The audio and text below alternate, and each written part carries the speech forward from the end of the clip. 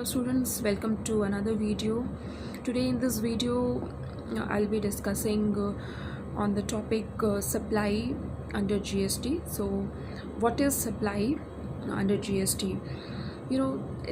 Supply has been considered as the main taxable event under GST. Before the GST regime, there were so many taxable events like manufacturing or sales or purchases or rendering or providing services, etc.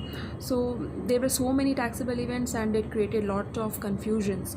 So all to contain all those ambiguities and to minimize those problems, a single taxable event has been kept or maintained under GST, that is supply. So supply is the main taxable event under GST.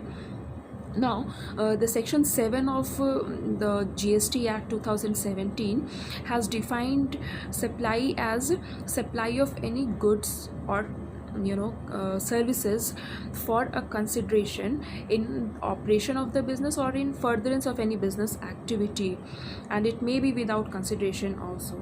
So if we look into the definition that has been given about supply by the GST Act, we can understand the concept or its meaning by the following parameters. Like the first thing, there must be a supply.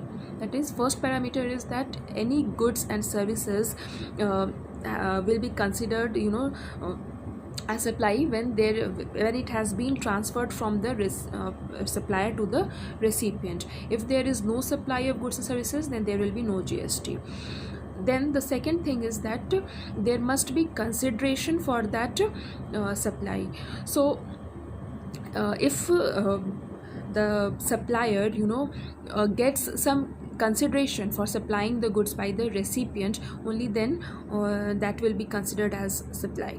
The third parameter on which a supply is understood is that it should be done in the course of business or in furtherance of business activity.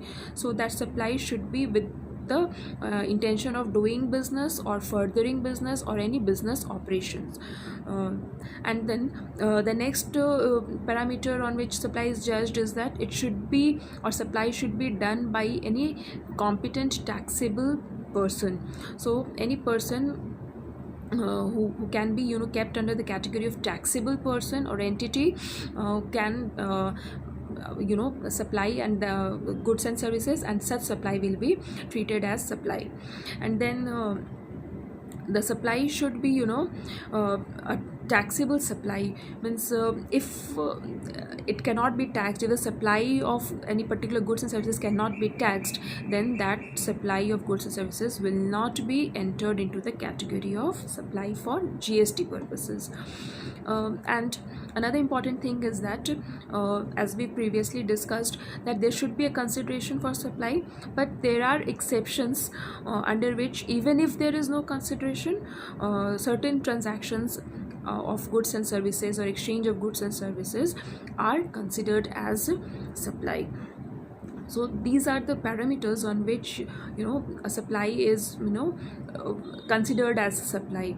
Like it should be a supply, there should be a supply, there should be consideration, there should be a taxable person, it should be in the course of business or furtherance of business activities, and sometimes even without consideration, a supply may be considered or it might attract GST. Now there are several categorization of supply which we must understand in order to understand the various aspects or facets of supply. So let's carry on with those categories one by one.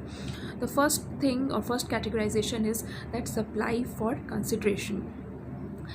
Consideration may be in the form of cash or in the form of kind, and it is not necessary that it should be made by the recipient only. Any person on behalf of recipient or the recipient himself or the party themselves can make consideration or pay for make payment as consideration. Any subsidy given by government will not be considered as supply. This is important. It supplies consideration. So any subsidy given by central government or the state government is not consideration, and any deposit given by the recipient for the supply received will not be considered as consideration until and unless that recipient authorizes or applies such deposits as consideration. So unless and until the recipient agrees that that particular deposit which have been given is or may be regarded as consideration, until then it will not be, that is, such deposit will not be considered as consideration. And another important thing regarding consideration is if a transaction is done in the form of barter system, means there is a transaction for which cash is not involved, goods or services have been exchanged in the for another goods or services. For example, if a tailor agrees to stitch a particular cloth for any person for in return for any painting or all, then this service will be the service given by the tailor will be at the same time consideration as well as supply. It will be supply of service by the tailor to the person, and it will be also a consideration for the painting received by the tailor. So the painting was received by the tailor, and in consideration for that painting he gave that service, and it is a supply of service because he stitched that cloth for that person, and it will be considered as a supply. So at the same time, this service given by the tailor is both a consideration as well as a supply. So this was the concept of supply with consideration. Now there are some exceptions, as we've discussed. The GST Act 2017 has given some exceptions wherein even without consideration certain transactions or exchange of goods and services are assumed to be supply. So what are those transactions? The first one is if there is permanent transfer or disposal of assets of the business where input tax credit has already been availed. It means that if the property or assets of the business have been transferred permanently, means it cannot be retained back, then such transfer of assets will be considered as supply if input tax credit has been availed on those or such transfers on the assets of such transfers. So this is the first thing where even without consideration such permanent transfer of assets of business will be considered as supply. Now the second thing is supply of goods and services between related parties. So who is related parties? Means if people who have entered into the transaction have common interest before that transaction took place. So if they have any common interest or previous business relationship, and with that common interest or even after having that relationship, if a transaction has been entered, then such transactions are considered as related party transactions. So if any related party transaction has taken place and it is done in the course of the business or furtherance of the business for a consideration, then such related party transactions will also be considered as supply. So this is very important. So related party transactions are considered supply if they are done in furtherance of the business and they are done for a consideration. Now the next event which can be considered as supply without consideration is supply of goods by the principal to the agent and vice versa, that is from the agent to the principal. So if the agent supplies the goods on behalf of the principal, then that is also considered as supply even if there is no consideration. And on the reverse, if the agent receives something and gives to the principal, then such transaction will also be considered as a supply even if there is no transaction between the consideration between the agent and the principal. Now the next that is fourth transaction which is considered as a supply even if there is no consideration is import of services.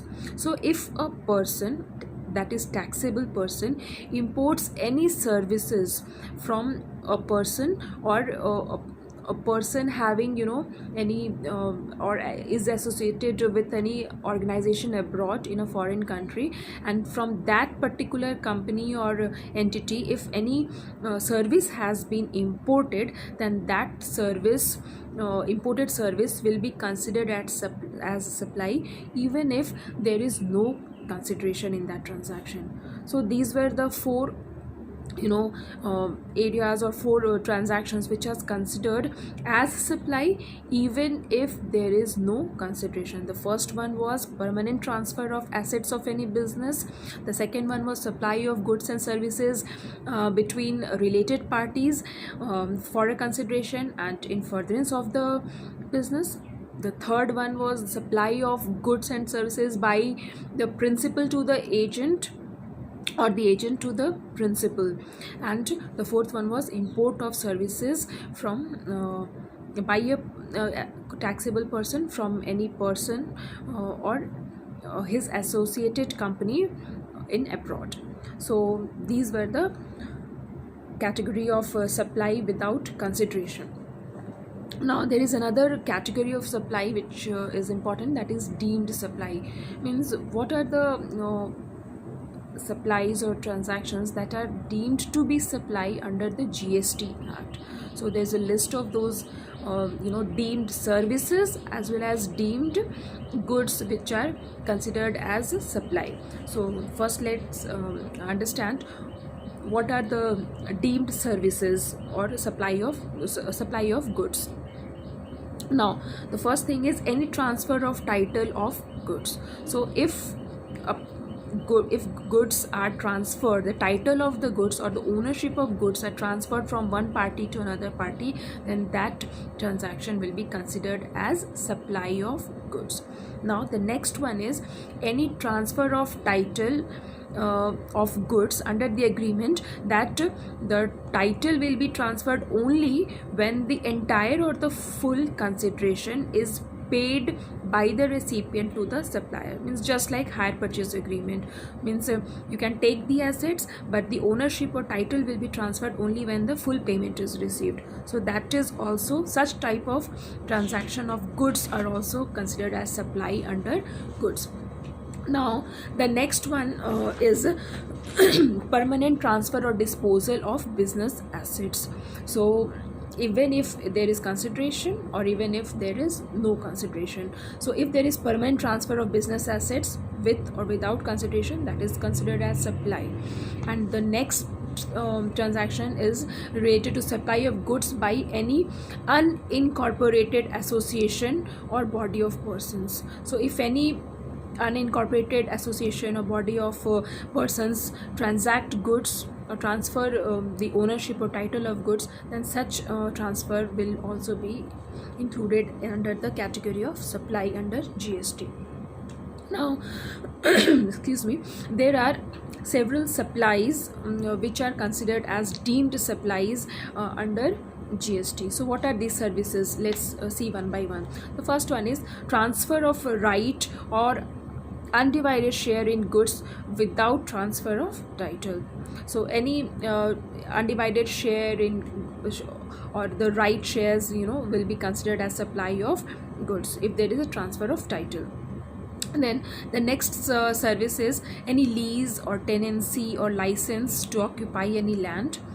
Then any lease or letting out of building for business or commercial purpose, whether wholly or partially, that will be also considered as service, supply of service.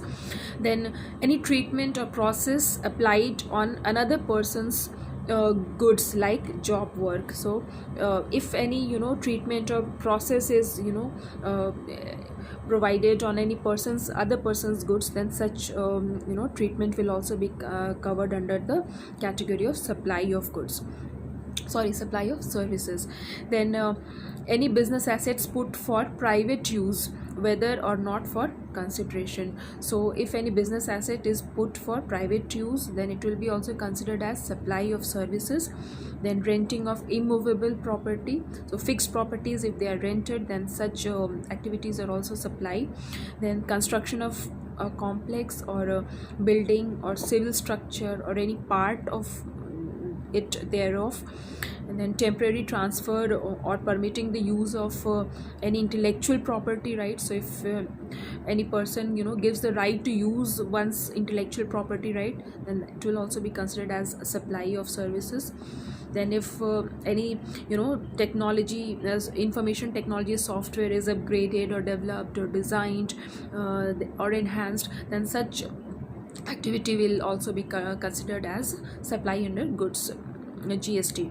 Then next one is agreeing to the obligation to refrain from an act. Means if you agree that you'll not perform a particular act, will not do a particular thing, or if you are ready to tolerate a particular situation or to face a particular situation, such type of agreements also come under the category of supply of services. Then it also includes works contracts or supply of goods being food or any other article for human consumption or any other drink. So these were the services which were considered as supply under GST. Now we have dealt with services, goods and services with consideration, goods and services without consideration, which are considered as supply, and some deemed supply of goods and services. Now the next category is about some specific exclusions or exemptions which GST has provided. Means there's a list of activities or exchange of goods and services which have been refrained from the being kept from the list of supply which attracts GST. So these are the exemptions or exclusions which are not included under GST, or in other words, they don't attract GST tax. So what are these exclusions? Let's see. The first is services by an employee to the employer, which is a part of that employment. Means it is in relation with that employment.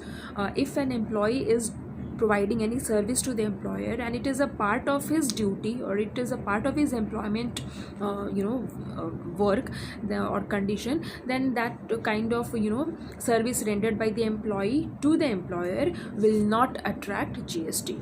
Now any services rendered by the court or the tribunal, it is also excluded under GST. Then the functions performed by the MPs or state legislatures or panchayats or municipal corporations or any other local authorities. So these types of activities or functions rendered by these bodies are also excluded under GST concept of supply. Then the next is the duties performed by any person as a chairperson or a member or a director in a body established by central government or state government or any local authority, and who are not deemed as an employee before the commencement of this clause. So if these duties are performed by the said people in the body corporated by the central or the state or the local authority, then such activities or such functions will also not be considered as supply under GST. Then there are activities like services of funerals or burial or crematorium of the person deceased, and even the transportation of the deceased are all considered as activities which don't attract GST. Means if a person dies, then all the activities related to his burial, to his crematorium or his any transportation will not attract GST. Then the next exemption is regarding sale of land or sale of building after the issuance of the completion certificates. So if a person is selling a land or a building which has been sold, or after the receiving of the certificate of completion, then such transaction will not be considered as supply of supply under GST. And then some actionable claims other than lotteries or gambling or betting activities. So if if it is a lottery or speculative incomes from lottery or betting or gambling, excluding these three, if there are other actionable claims, then those actionable claims are also excluded from the GST regime, and they are not considered as supply and not taxable under GST. So these were the various categories of supply that has been decided or categorized under GST, on which taxes will be applied. So I think this video will be helpful in understanding what is the concept of supply under GST. Thank you.